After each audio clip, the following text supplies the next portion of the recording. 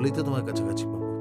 আমায় পাবে কিনা জানি না, তবে এবার অশান্তি কিন্তু এবার তুঙ্গে বাঁধবে। দেখো, তোমার সংসারে অশান্তির তো অভাব নেই। যাই হোক, এসব কথা বাদ দাও। আমি তোমায় পেতে চাই। হুম। সেদিন কি বললে, বিয়ের আগে এসব নয়? হ্যাঁ, মানে ওটা আমার মনের কথা ছিল। শরীর তো সে কথা শুনছে না, শরীর তো অন্য কিছু চাইছে। এভাবে বললে তো আমিও কাবু হয়ে যাচ্ছি। আমি তো সেটাই চাইছি।